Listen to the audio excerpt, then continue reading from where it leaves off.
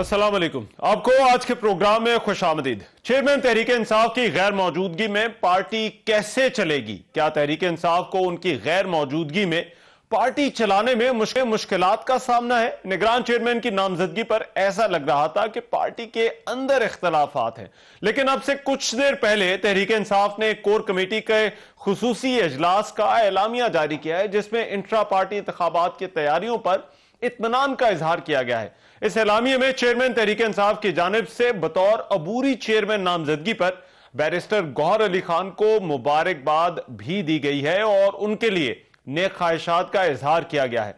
एलामिये में नामजदगी पर जो है वो जमात की तकसीम का तासुर कायम करने को पार्टी के खिलाफ साजिश करार दिया गया है। गुज़िश्ता रोज बैरिस्टर अली जफर ने इस हवाले से बाकायदा मीडिया को आगाह किया था, गुफ्तगू की थी और कहा था कि chairman PTI intra party election नहीं लड़े, ताहम चेयरमैन पीटीआई ने इंट्रा पार्टी इलेक्शन कराने की मंजूरी दे दी है। इस ऐलान के बाद तहरीक इंसाफ में मुख्तलिफ आरा पाई जा रही थी। आज एक सहाफी ने लतीफ खोसा से जब सवाल किया कि आपने कहा था चेयरमैन पीटीआई खुद चेयरमैन होंगे, जबकि अली जफर ने और ऐलान किया है, इस पर लतीफ खोसा ने जवाब दिया कि जो चेयरमैन पीटीआई ने कहा वो मैंने आकर बता दिया। दूसरी जानिब अलीमा खान से सहाफी ने जब यह सवाल किया कि लतीफ खोसा और अली जफर में सही कौन है, तो अलीमा खान ने कहा कि लतीफ खोसा दुरुस्त कह रहे हैं, अली जफर भी सच्चे हैं।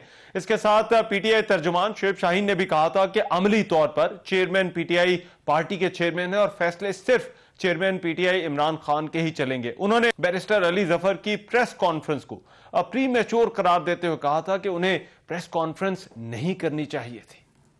अली जफर की प्रेस कॉन्फ्रेंस को आप किस तरह देख रहे हो? ये प्री मैच्योर थी, उनको नहीं करनी चाहिए थी। आज के फैसले का इंतजार करके आज प्रेस कॉन्फ्रेंस करते, जो भी फैसला होता सिंबॉलिक, अगर किसी को लीगल फॉर्मेलिटी पूरी करने के लिए कहा जा रहा है तो उसका यह मतलब नहीं कि वो चेयरमैन बन गया है।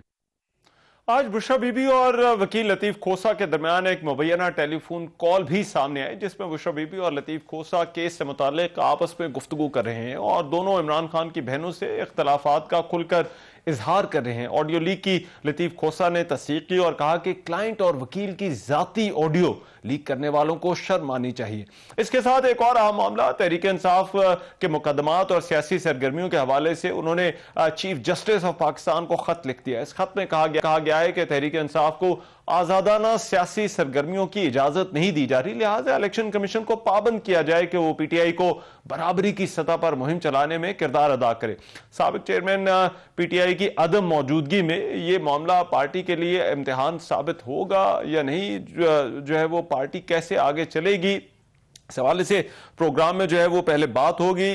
पंजोथा साहब पार्टी के जो है वो लीगल टीम का हिस्सा हैं, तर्जुमान भी हैं, मुख्तलिफ कानूनी मामलात को देख भी रहे हैं, मेरे साथ इस वक्त मौजूद है नईम पंजोथा साहब। बहुत शुक्रिया आपके वक्त का। नईम पंजोथा साहब, सबसे पहले मैं जरा इंट्रा पार्टी इलेक्शन पे बाद में बात करूंगा, लेकिन एक और मामला हमने आज देखा, वो ऑडियो लीक का मामला था जो लतीफ खोसा और बुशरा बीबी साहिबा की सामने आई।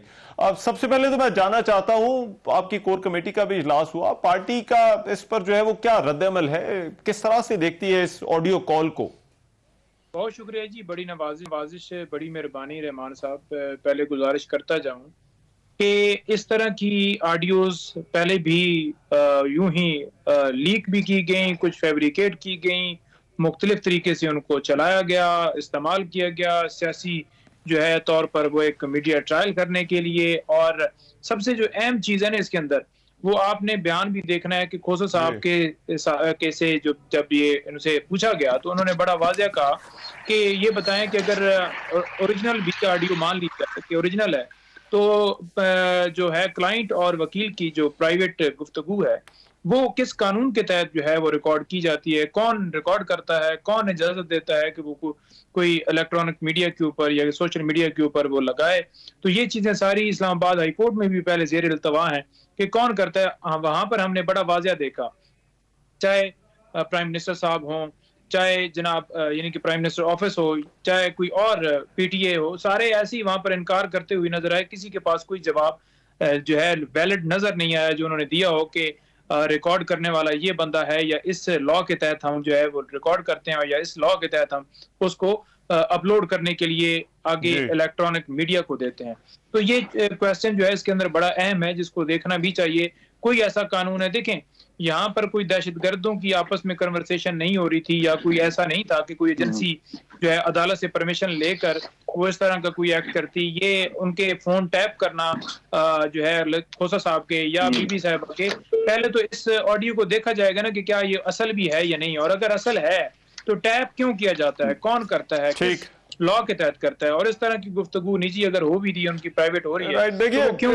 कानूनी पोजीशन तो आपकी दुरुस्त है, लेकिन सियासी तौर पर मैं जानना चाहता हूं, ये एक मामला तो है पार्टी के सामने, और इससे ये तासुर जाता है जैसे फैमिली के अंदर कुछ इख्तलाफात हैं कि पार्टी को आगे किस तरह से चलाना है या किस तरह से आगे बढ़ना है। तो आपको लगता है कि ये मामला सियासी तौर पर पार्टी के पर असरअंदाज हो सकता है? कोई इस तरह का मसला नहीं है, कोई इस तरह का इशू नहीं है। कोई ये समझे कि ये सारी ऑडियो, आज बड़ा एक अहम केस जो है खान साहब का लगा हुआ था, तोशाखाना केस के अंदर जो सजा उनकी सस्पेंड हुई थी, उस ऑर्डर जो बाकी था उसको चैलेंज किया गया था, उसको सस्पेंड करने के लिए आज एक दरखास्त दी गई थी जिसका फैसला आज मुतवक्के था। आज उसके अंदर आर्गूमेंट्स भी हुए। जो ही ये आर्गूमेंट्स शुरू होते हैं उससे कोई 1 घंटा पहले ये एक ऐसा स्टंट छोड़ दिया जाता है उस केस को के ऊपर से तवज्जो हटाने के लिए। तो मैं ये समझता हूँ कि इस टाइम के ऊपर हमेशा जब भी कोई ऐसा मामला हुआ, चाहे नवाज शरीफ को बरियत वाला मामला हो या कोई और दीगर मामला हो, तो कोई ना कोई ऐसी चीज जो है वो कर दी जाती है जिससे वो तासर देने की कोशिश की जाती है कि वो जो मामला है ना उसके ऊपर बात ना की जाए और इस के ऊपर की जाए, और ये जो है डैमेज पहुंचाने के लिए कि शायद पाकिस्तान तहरीक इंसाफ का वोट है ये करके कम हो जाए। लेकिन अगर देखा जाए तो मैं तो नहीं समझता कि कोई एक वोट भी नवाज शरीफ का इस चीज से बड़ा हो। जो ये जितने भी प्रोपेगेंडे कर लें उससे कोई फर्क नहीं पड़ता, जितनी ऑडियो लेकर आ जाएं, जितने मुफ्ती खड़े कर दें, फर्क उस चीज से नहीं पड़ता। और ये एक बनाना कि इनकी आपस में लड़ाई है, कोई लड़ाई नहीं है। देखें फॉर एग्जांपल अगर किसी का आपस के अंदर कोई है भी सही फॉर एग्जांपल, ठीक है, तो उसको ओवरऑल आप देखेंगे कि पीटीआई के ऊपर क्या चेयरमैन जो है इमरान खान साहब ने अपनी बहनों को या अपनी वाइफ को नॉमिनेट किया। तो ये सारी चीजें सारी आपके सामने, आपके जो प्रोपेगेंडे किए जा रहे थे कि शायद खान साहब जो हैं वो किसको चेयरमैन बनाते हैं, अपनी फैमिली में से किसी को बनाते हैं, तो उन तमाम चीजों की खान साहब ने जो है तरदीद की है। तो ये एक ऑडियो को उसके साथ जोड़ना या ये कहना कि इख्तलाफ आ गया, तो ये सारी चीजें जो है ना ये आपके सामने बेबुनियाद हो चुकी। लेकिन पंजोता साहब, ये इंट्रा पार्टी इलेक्शन का जो मामला रहा है, क्या इस पर पार्टी के अंदर 2 ग्रुप बन चुके हैं? रहमान भाई, कोई 2 ग्रुप नहीं है। अभी भी हमारी मीटिंग हुई है कोर कमेटी की, थोड़ी देर बाद आपको अलामिया जारी हो जाएगा। कल जो कंफ्यूजन एक वो फैली, उससे पहले जो बयान था मरवत साहब का, तो आई थिंक सो जितनी सारी चीजें चली हैं, हमें कल खान साहब ने हमारी मौजूदगी में खोसा साहब को हदायत की और उन्होंने आकर एक स्टेटमेंट दी। उसके बाद फिर अली जफर साहब का एक वाज़ह जो है वो प्रेस कॉन्फ्रेंस आई, और उसके बाद आप देख लें तो ये चीज आज आपको कोर कमेटी के फैसले से आपको बड़ा वाज़ह नजर आ जाएगी। जो चेयरमैनशिप के टाइम की अनाउंसमेंट के हवाले से है ना, वो जरूर हो सकता है कि एक दिन आगे या एक दिन पीछे, अदरवाइज कोई इख्तलाफ नहीं है किसी में, किसी तरह का कोई उसके अंदर ऐसी चीज नहीं है। इंशाल्लाह क्लियर हर चीज है। अच्छा, राइट। लेकिन अब ये जो बयानात आते रहे हैं, मेरा ख्याल है इस वजह से ज्यादा कंफ्यूजन हुई है कि खोसा साहब ने ये कहा, अली जफर ने ये कहा। अब तो क्या इनके मौकफ एक दूसरे से मुख्तलिफ नहीं थे? ये जो बयानात हमने देखे, देखिए खोसा साहब ने अपनी मीटिंग की बात की, अली जफर साहब ने अपनी मीटिंग की बात की। ना खोसा साहब ने अली जफर की मीटिंग को कहा कि वो झूठ बोल रहे हैं, ना अली जफर ने खोसा साहब की मीटिंग को कहा कि वो झूठ बोल रहे हैं। जो दोनों से बातें हुई थी, क्योंकि अली जफर साहब की पहले मीटिंग हुई थी, तो उनके साथ जो है वो लायामल यही हुआ था कि एक आध दिन का जो है इंतजार कर लिया जाए, यानी कि मशवरा कर लिया जाए रहनुमाओं के साथ, जो पीटीआई के रहनुमा हैं, जो कि अली जफर साहब ने बयान दिया है खुद। तो वो एक दिन गुजर गया। शायद ये भी था कि वो इस वजह से थोड़ा सा मिसअंडरस्टैंडिंग भी थी कि 29 तारीख को वो समझ रहे थे कि ये केस लगा हुआ है तोशाखाना वाला, लेकिन वो था 30 को। तो उन्होंने फिर 29 के हिसाब से जो उन्होंने डिसाइड किया हुआ था, क्योंकि इंटर पार्टी इलेक्शन करवाने ही करवाने हैं और इस्लामाबाद हाई कोर्ट में हमारे मामला पहले भी महफूज रहते हैं, तो उन्होंने उस चीज को देखते हुए कि एक तरफ जाना ही जाना है तो हम जो है उसको अनाउंस कर देते हैं। हाँ, नाम के हवाले से हमारी मुलाकात के अंदर भी खान साहब ने उस बात की तस्दीक की थी गौर साहब की। मैं कल से ये बात हर शो में कह रहा हूँ कि गौर साहब के हवाले से ही कि अगर हमें इस चीज को देखते हुए, डिस्क्वालिफिकेशन के मामले को देखते हुए अगर कुछ करना पड़ता है, तो देन जो है उनका नाम ही गौर साहब के खान साहब ने हमारे सामने भी, यानी कि जिसमें खोसा साहब बैठे हुए थे, ये ही कहा था। टाइमिंग का इशू हो सकता है कि आज नहीं या कल नहीं या परसों। तो उस चीज को इतना ज्यादा वो हाइप ऐसा क्रिएट की गई है कि जैसे पीटीआई जो है ना वो टूट गई है ऐसी। राइट, लेकिन नहीं पंजोथा साहब, ये पार्टी का शायद पहला बड़ा सियासी इम्तिहान था चेयरमैन पीटीआई इमरान खान की गैर मौजूदगी में। क्या उनकी गैर मौजूदगी में पार्टी चलाने में कोई मुश्किल पेश आ रही है? नहीं, देखें, पहली बात तो यह है कि चेयरमैन पीटीआई हर वक्त, हर लम्हा, हर मौके के ऊपर, हर जगह के ऊपर, हर मामले में वो साथ मौजूद हैं। और दूसरे नंबर पर अगर बात की जाए तो कोर कमेटी जो है उसके हवाले से भी बड़ा मैं वाज़ेह आपको कहना चाहूंगा कि कोर कमेटी भी जितने डिसीजन जो हैं वो उसने सारे किए हैं वो आपके सामने है। किसी जगह के ऊपर भी आपको नहीं आएगा कि लैक ऑफ कोई भी चीज है, कि उसके अंदर कोई ऐसी चीज है जो कि कोऑर्डिनेशन में कमी है या कुछ इस तरह से। बिल्कुल मुनज़्ज़म तरीके से सारे मामलात, इंतजामी मामलात, कोई नोटिफिकेशंस हो, कोई मीटिंग हो, कोई जलसा हो, कोई इलेक्शन कमीशन को यादयानी हो या लीगल मामलात हो, हर चीज बड़ी बेहतरीन तरीके से चल रही है। ये सिर्फ एक अफवाहें फैलाई जा रही हैं कि शायद इस चीज से, देखें ये इंटरनल मामला सारी जमातों में होते रहते हैं, चलते रहते हैं। आपने देखा कि जरदारी साहब ने जैसे बयान दिया उसके ऊपर भी इसी तरह का रद्द अमल जो है वो पूरे मीडिया के ऊपर चला, लेकिन उन्होंने अपने बाद क्या उस चीज से आप ये देख लें कि क्या पीपल्स पार्टी का जो वोट बढ़ा था ये कोई कम हुआ था, ये कोई इसमें फर्क आया। इसी तरह जो पीटीआई है जहां पर है पूरा मुल्क इमरान खान के साथ खड़ा है, 90% लोग इमरान खान के साथ खड़े हैं, तो इस चीज से कोई फर्क नहीं पड़ता। अंदरूनी तौर पर किसी एक शख्स की स्टेटमेंट जो है दूसरे के साथ, दूसरे भाई दोस्त वकील के साथ जो है वो उसका एतराज हो सकता है, या वो ये कह लें कि टाइम का इशू हो सकता है, कि वो अंडरस्टैंडिंग का इशू हो सकता है, लेकिन ऐसी कोई बात नहीं कि पार्टी कोई टूटी है या कोई चलाने में कोई मामलात पेश आ रहे हैं। राइट, वो ये ठीक है बात, लेकिन अभी देखिए जो तहरीक इंसाफ की लीगल टीम है वो पार्टी का इस वक्त चेहरा है, और पार्टी की मुख्तलिफ मामलात, चाहे वो कानूनी मामलात हों या सियासी मामलात हों, वहां पर पार्टी की नुमाइंदगी करते हुए नजर आती है। और लेकिन पार्टी के इसके अलावा और भी बहुत सारे रहनुमा हैं जो अभी भी पार्टी के साथ हैं, सीनियर रहनुमा है, मुराद जो खालिस्तान सियासी लोग हैं जिनका कानूनी मामला से उस तरह बराह रास्त ताल्लुक नहीं है, तो वो लोग भी इंट्रा पार्टी इलेक्शन के मामले पर इसी फैसले पर मुत्तफिक हैं और साथ खड़े हैं। ये जो फैसला हुआ है आप लोगों ने लिया है, सारे एतमाद पर हैं और जो भी नाम चेयरमैन इमरान खान साहब की तरफ से चेयरमैन का दिया गया है उसके ऊपर भी सबका इत्तफाक है, और इंटर पार्टी इलेक्शन के हवाले से सारे बिल्कुल ऑन बोर्ड हैं। आज भी आपको मैंने गुजारिश की है कि 2-3 घंटे मीटिंग इसी हवाले से कोर कमेटी की हुई है, और किसी को कोई, क्योंकि आपने देखा कि जो भी पॉलिटिकल लीडर बाहर निकलता है शायद वो अपनी मतलब अगर वो अपनी बेल के लिए निकलता है तो वहां पर उसको अगवा कर लिया जाता है, तो एक अरसे के बाद, एक तशद्दुद और सारे प्रोसेस से गुजरने के बाद वो एक प्रेस क्लब में मिलता है। तो ये चीजें जो हैं उस वजह से वो सारे एक टाइम के लिए हिडन है, इस वजह से क्योंकि अगवाकारी और सिलसिला खान साहब की हदायत है। लेकिन अगर देखा जाए तो लीगल टीम इस वजह से फ्रंट या उस पे है क्योंकि यहाँ पर जो गिरफ्तारियां या उस तरह का सिलसिला नहीं है, तो खान साहब ने भी लॉयर्स को उस तरह की जिम्मेदारियां भी या मजीद जो इस तरह की चीजें आपको देखने में नजर आई हैं। लेकिन ओवरऑल अगर देखा जाए तो कोई किसी तरह से कोई मिसकम्युनिकेशन, कोई गैप नहीं, और सारे राइट, बहुत शुक्रिया। नईम हैदर पंजोथा साहब हमारे साथ मौजूद थे। तहरीक इंसाफ की जो कोर कमेटी का एलामिया आपसे पहले कुछ देर पहले आया और पार्टी के जो कानूनी मामलात हैं उनके ऊपर वो बात कर रहे थे। अभी एक ब्रेक प्रोग्राम में शामिल करते हैं, ब्रेक के बाद वापस आते हैं तो कुछ बात होगी पीपल्स पार्टी का कोयटा में जलसा, और फिर इस जलसे में ये जो पीपल्स पार्टी की तरफ से एक बड़ा वाज़ेह पैगाम दिया गया है आसिफ अली जरदारी और बिलावल भुट्टो की स्टेज पर मौजूदगी के साथ के पार्टी के अंदर सब कुछ ठीक है, इस पर बात होगी इस ब्रेक के बाद।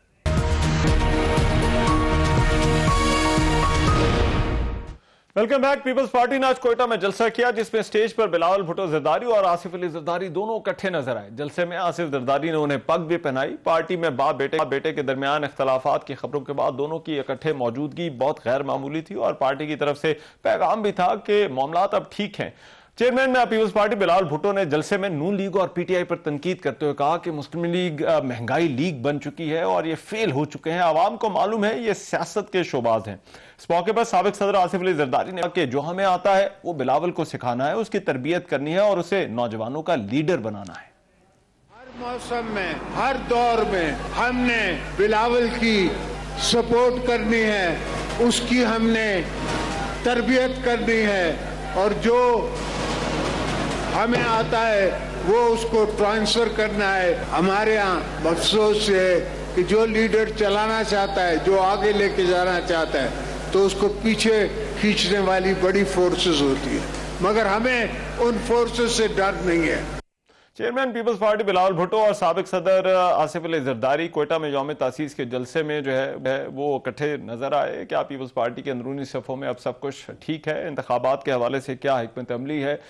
इस पर प्रोग्राम में बात होगी। नैयर बुखारी साहब मौजूद हैं, सीनियर रहनुमा पाकिस्तान पीपल्स पार्टी के। नैयर बुखारी साहब, बहुत शुक्रिया आपके वक्त का। नैयर बुखारी साहब, पहले इख्तलाफात की खबरें थी, आज दोनों इकट्ठे नजर आए, तो क्या ये समझा जाए all is in order in the house? अब भी इन ऑर्डर है। ये तो मीडिया ने अपनी रेटिंग के लिए ये सारा शराबा किया, किस्म का कोई डिफरेंस नहीं था। चेयरमैन बिलावल भुट्टो जरदारी साहब ने आज यौम तासीस से खिताब किया और फ्यूचर का जो पार्टी का प्रोग्राम है वो दिया, और अपनी माजी की जो पीपल्स पार्टी के 70 साल की तारीख है उसके हवाले से भी बात की। अच्छा। और आसिफ अली जरदारी साहब ने ये बात की। बिलाशुबा दोनों पार्टी के सरबराह हैं, पीपल्स पार्टी पार्लियामेंटेरियन के, पीपल्स पार्टी के, और एक रिश्ता उनका अलग बेटे का भी है। तो ये ऐसा कोई इख्तलाफ था नहीं जिसको वैसे क्रिएट किया गया था। वालिद हमेशा अपनी औलाद के लिए अच्छी ख्वाहिशात, नेक ख्वाहिशात, उनका बेहतर मुस्तकबिल के लिए हमेशा वो दुआ को भी होता है, ख्वाहिश भी होती है।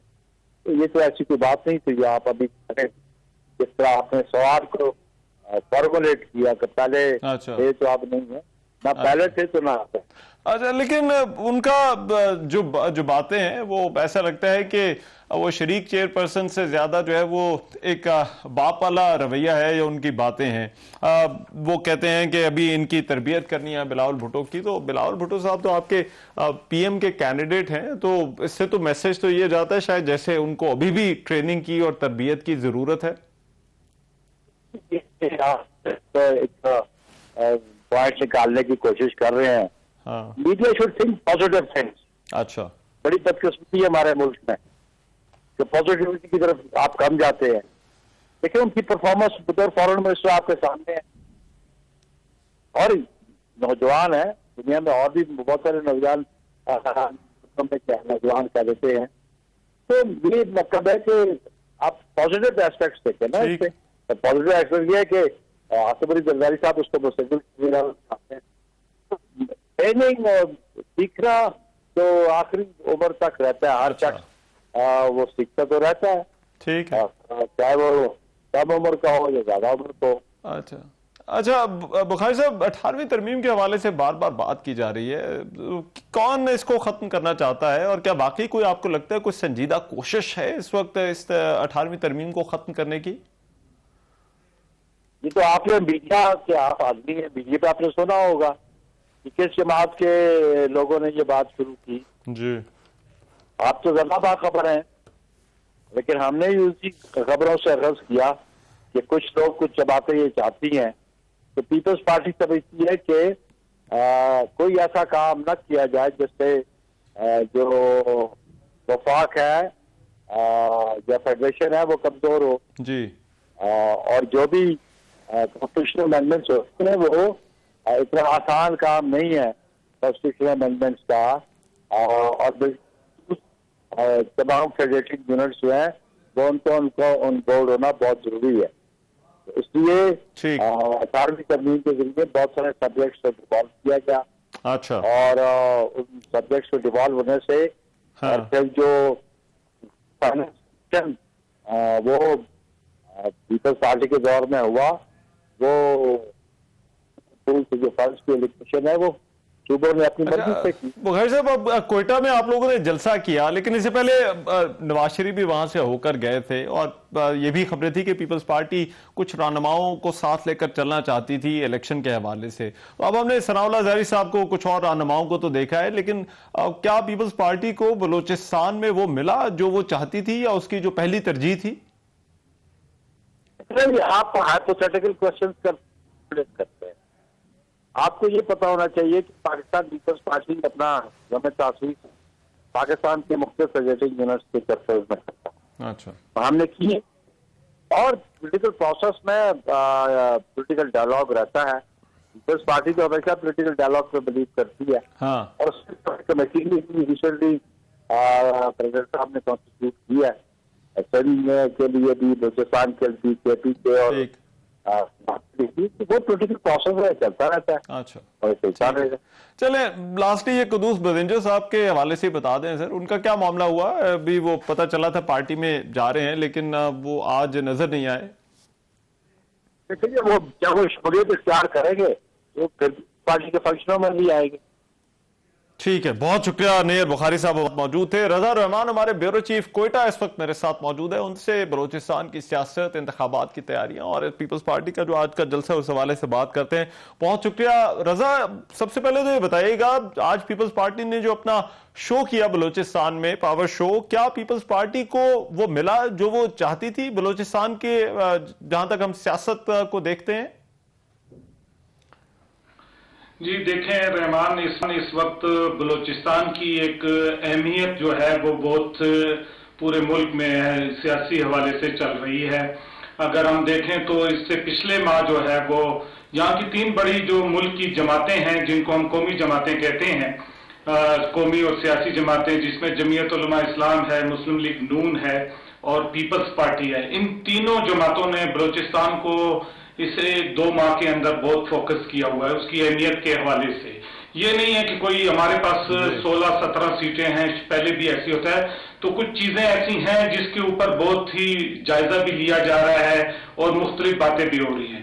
आज पीपल्स पार्टी ने अपना अवामी शो कोयटा में किया है और क्योंकि ये पहले से बात हो रही थी कि वो उस तरह का शो नहीं कर सकती, क्योंकि हमारी कोयटा की आबादी और उसका भी मुवाजना किया जाए तो लाहौर जैसे शहर के मुकाबले में वो उस तरह का अवामी शो नहीं कर पाएगी। ये तो खुद भी पीपल्स पार्टी वैसे, लेकिन योम तासीस के हवाले से जो आज कोयटा में पीपल्स पार्टी ने अपना अवामी पावर शो किया है, तो वो कोयटा के लिहाज से मेरा ख्याल बहुत बड़ा ठीक ठाक किस्म का तारीखी जो है वो पावर शो था।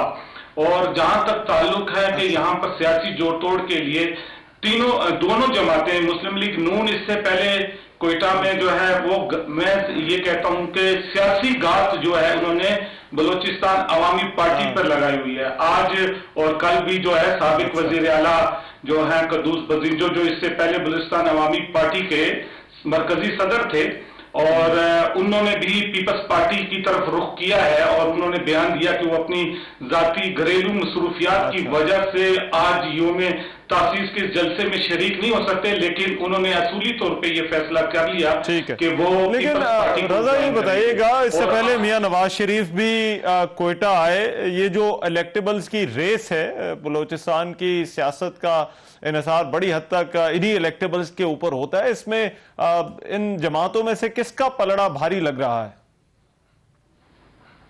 जी देखें, जो 30 से जायद मुस्लिम लीग नून में इलेक्टेबल्स शामिल हुए थे, उसमें से कम 15-16 ऐसे हैं जो कि अपनी सीटें दोबारा, क्योंकि बलूचिस्तान एक कबायली है, सियासी होने के हवाले के साथ साथ कबायली सूबा भी है और यहाँ पर शख्सियत का वोट ज्यादा काउंट किया जाता है। तो उस लिहाज से शख्सियत का जो वोट है वो इन कबायली शख्सियात और सियासी शख्सियात के इर्द गिर्द घूमता है। तो उस हवाले से अगर देखा जाए तो उसमें जो मुस्लिम लीग नून का पलड़ा इस हवाले से अभी तक भारी नजर आ रहा है, लेकिन आज भी कुछ तहरीक इंसाफ के नसीबुल्लाह मरी साहब और दूसरे जो थे वो इलेक्टेबल्स नहीं है, और सरदार सरफराज डोमकी शामिल हुए हैं जो कि बलूचिस्तान अवामी पार्टी से ताल्लुक रखते हैं। इससे पहले भी बलूचिस्तान अवामी पार्टी के जो लोग उसमें शामिल हुए थे पीपल्स पार्टी में, उनमें से 1-2 जो इलेक्टेबल्स थे उन्होंने वापस जो है वो नून लीग में छलांग लगाई है और उन्होंने मुस्लिम लीग नून को ज्वाइन किया है। लेकिन अब इन दोनों जमातों के दरमियान ठीक ठाक किस्म का इस हवाले से एक सियासी रजा, इसमें ये बताइएगा, बाप पार्टी एक बड़ी अहम जमात बनकर जो है वो सामने आई, अब जबकि ये मरकजी जमातें बलूचिस्तान का रुख किए हुए हैं इन इलेक्टेबल्स के लिए, तो बाप पार्टी की अपनी अंदरूनी सियासत के इस वक्त क्या हालात हैं? जी, मैं तो समझता हूं कि उसकी तो हालत इस टाइम ये होगी, उसमें से जितने अच्छे इलेक्टेबल्स थे और उन्होंने ये पार्टी ने तकरीबन 2018 में 17-18 सीटें पहले हासिल की थी, उसके बाद कुछ 2-3 जो हैं वो आजाद हैसियत से उसमें शामिल हुए थे, तो इनकी तादाद बढ़ के 24 हो गई थी 65 के ऐवान में, जिसमें मखसूस नशिस्तें भी शामिल तो सबसे बड़ी जमात थी। उस वक्त ये नारा लगाया जा रहा था बलूचिस्तान अवामी पार्टी के प्लेटफॉर्म से कि अब फैसले बलूचिस्तान के बलूचिस्तान में होंगे, लेकिन हमने 4-3.5 साल में देखा कि वो फैसले बलूचिस्तान अवामी पार्टी जो है वो जिस बात पे खड़ी थी वो उस पर कायम नहीं रह सकी, बरकरार नहीं रह सकी, जिसके बाद वही वजीर आला का जब फैसला हुआ, जाम कमाल साहब के खिलाफ तहरीक अद्व-ए-इत्तेमाद आई और मीर अब्दुल कद्दूस बदीम जो है नए वजीर आला के लिए सामने आए, तो उस टाइम भी फैसला जो है आपके सामने इस्लामाबाद में ही फैसला हुआ। तो अब जो सूरत है ये शुरू से ही, जब भी ये जमात जिस टाइम बनी थी इलेक्शन के बाद से ये ICU में पड़ी हुई थी, और अब मेरा ख्याल है कि इसमें से इलेक्टेबल्स की जिस तरह से तेजी से लोग निकल गए हैं, तो 4-5 इलेक्टेबल्स ही रह गए हैं। लेकिन ये बात कही जा रही है, अब नए सदर भी उनके खालिद मक्सी साहब को बनाया गया है, तो उनका यही दावा है कि वो जो आइंदा इलेक्शन में हिस्सा लेंगे और कुछ नशिस्तें जरूर उनके जमात दोबारा हासिल करने में कामयाब हो जाएगी, जो लग रहा है, क्योंकि कुछ इलेक्टेबल्स अभी तक उनके पास मौजूद है। ठीक, रजा रहमान बहुत शुक्रिया। ब्यूरो चीफ कोयटा तज्जिया दे रहे थे बलूचिस्तान की सियासत के हवाले से, जहां पर अभी तमाम नजरें हैं, बड़ी पार्टियां जोर लगा रही हैं उम्मीदवारों के लिए। अभी प्रोग्राम में एक ब्रेक शामिल करेंगे, ब्रेक के बाद वापस आते हैं तो कुछ और खबरों पर बात होगी।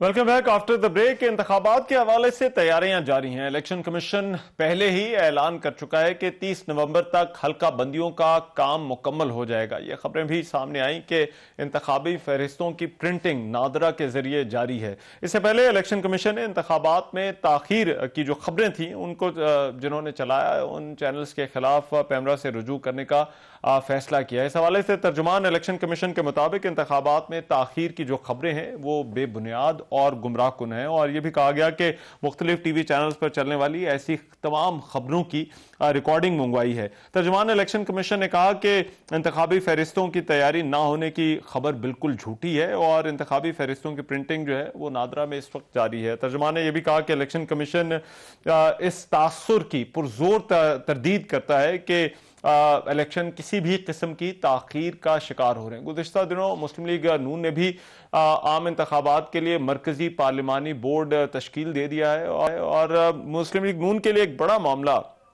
मियां नवाज शरीफ के कानूनी मामलात का है। गुज़िश्ता रोज एक बड़ा फैसला है, इस्लामाबाद हाई कोर्ट ने एवन फील्ड रेफरेंस में साबिक वज़ीर-ए-आज़म मियां नवाज शरीफ की 11 साल कैद की सजा कलअदम करार देकर उन्हें बरी कर दिया था। आज मियां नवाज शरीफ तोशाखाना रेफरेंस में शामिल तफ्तीश हो गए। तोशाखाना केस में मियां नवाज शरीफ का जवाब भी जमा हो गया है। मुस्लिम लीग नून ने अभी तक बासाब्ता तौर पर अपने जलसों का आगाज नहीं किया, लेकिन पार्टी के सामने एक बड़ा चैलेंज पार्टी के कायद और रहनुमा मियां नवाज शरीफ के हवाले से जरूर मौजूद है कि उनके कानूनी मामलात का मुस्तकबिल क्या होगा। ये कानूनी मामलात इससे पहले भी पार्टी की इंतखाबी मुहिम के हवाले से इन पर बात होती रही है। कुछ रहनुमा ये कह चुके हैं कि मुस्लिम लीग नून उस वक्त अपनी पार्टी के जलसों का बाकायदा आगाज करेगी जब मियां नवाज शरीफ के कानूनी मामलात हल हो जाएंगे, लेकिन मियां नवाज शरीफ के लिए एक क्लीन चिट मिलने का मामला बाहर तौर पर पार्टी के सामने मौजूद रहेगा। और इस हवाले से भी बहस होती रही है कि क्या पार्टी के अगर क्लीन चिट नहीं मिलती तो पार्टी के वजीर आजम के उम्मीदवार मियां नवाज शरीफ ही होंगे या कोई और होगा।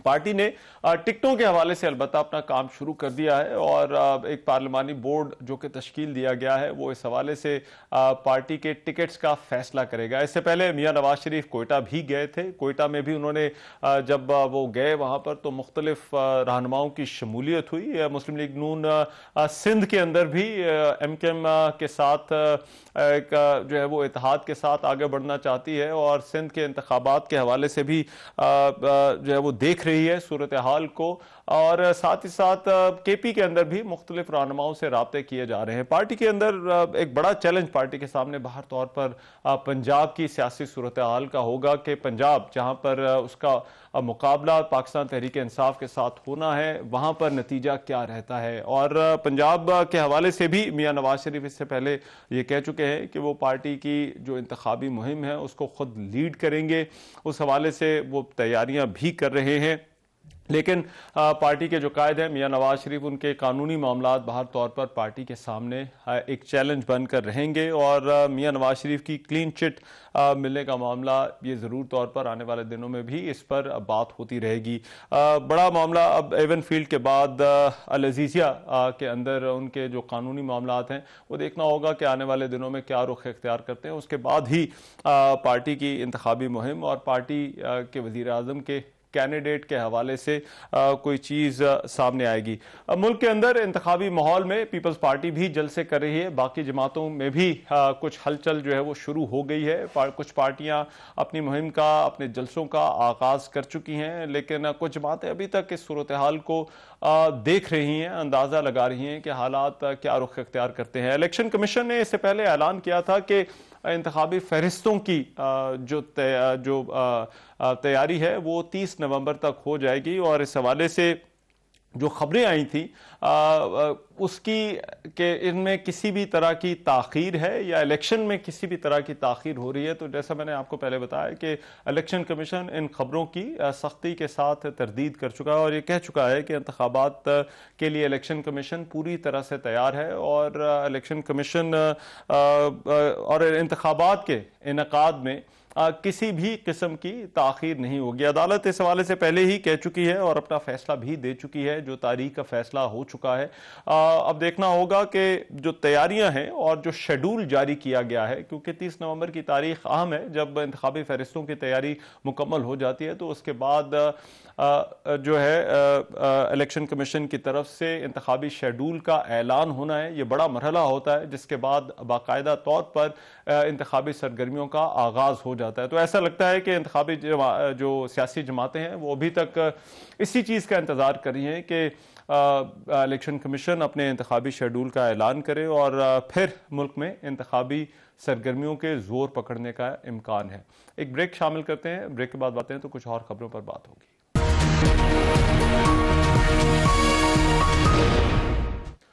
Welcome back after the break. America के आलमी शोहरत याफ्ता सफारतकार और साबिक वजीर खारजा हेनरी किसिंजर 100 साल की उम्र में इंतकाल करके। हेनरी किसिंजर का शुमार उन तारीख साज सिफारतकारों में होता है जो अमरीका की खारजा पॉलिसी में अपने कलीदी किरदार की वजह से दुनिया के कई अहम वाक़यात पर असरअंदाज होते रहे। उन्होंने अमरीका की हार्वर्ड यूनिवर्सिटी से सियासियात की तालीम हासिल करने के बाद अपनी पेशा वराना जिंदगी का आगाज टीचिंग से किया और खारजा पॉलिसी पर अपनी किताबों की वजह से शोहरत हासिल की। आलमी अमूर पर उनकी गहरी नजर की वजह से उन्हें अमरीकी सदर रिचर्ड निक्सन ने 1969 में कौमी सलामती के लिए अपना मुशीर मुंतखब किया। रिचर्ड निक्सन के दौरे हुकूमत में ही उन्हें कौमी सलामती के मुशीर से तरक्की देकर वजीर खारजा बना दिया गया और वो अगले 4 बरस तक इस कलीदी ओहदे पर फायज रहे। अपने दौर में हेनरी किसिंजर ने रूस से हथियारों को कम करने के मुआहदे, चीन से ताल्लुकात, इसराइल अरब ममालिक के दरमियान जंगबंदी और वियतनाम जंग में अहम किरदार अदा किया। हेनरी किसिंजर ने अमेरिका की खारजा पॉलिसी को नए सिरे से तरतीब दी और अमेरिका के बहुत अहम फैसलों पर असरअंदाज होते रहे। कैम्बोडिया, चिली और वियतनाम में अपने किरदार की वजह से हेनरी किसिंजर को तनकीद का निशाना भी बनाया गया और इन तनाज़ात का बड़ी हद तक उन्हें कसूरवार ठहराया गया। लेकिन इसके बावजूद उन्हें वियतनाम से अमरीकी इनखला और अमरीका और चीन के दरमियान सिफारती कशीदगी को कम करने के लिए किरदार अदा करने पर अमन का नोबेल इनाम भी दिया गया।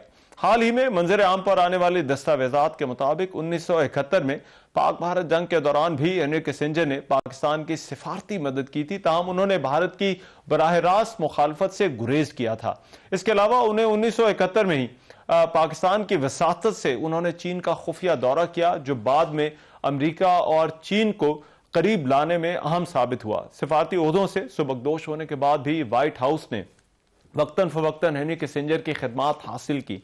इस साल जुलाई में हेनरी किसिंजर ने 100 साल की उम्र में चीन का सिफारती दौरा किया था और वहां पर सदर शी जिनपिंग से भी उन्होंने मुलाकात की। इसी दौरे के दौरान उन्हें चीन में सरकारी मेहमान की हैसियत भी दी गई थी।